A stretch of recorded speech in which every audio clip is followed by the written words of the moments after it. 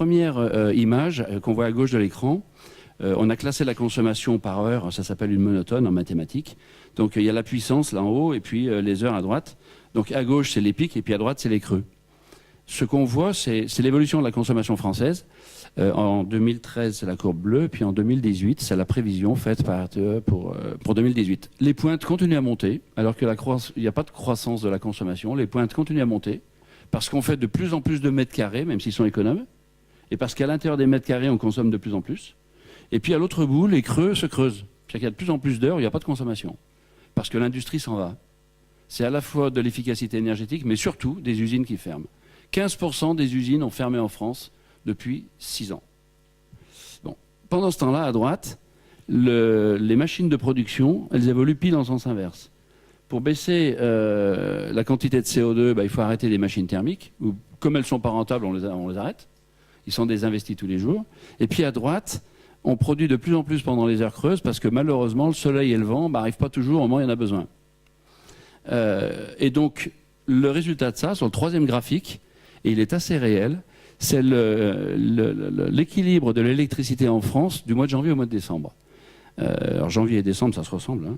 En 2013, on a la courbe bleue. L'hiver, il y en manque, c'est normal. À ce moment-là, c'est le thermique qui fournit l'électricité ou les importations. L'été, il y en a trop. Si on a la chance d'avoir des gens qui l'achètent, on exporte. Et puis après, on se retrouve en hiver et ça recommence. L'évolution 2013-2018 est monstrueuse. On continue à creuser l'hiver. Et l'été, les 2/3 des renouvelables qui sont prévus en investissement n'ont pas de consommateurs en face. Les 2/3 des renouvelables prévus aujourd'hui n'ont pas de consommateurs en face pendant 7 mois de l'année.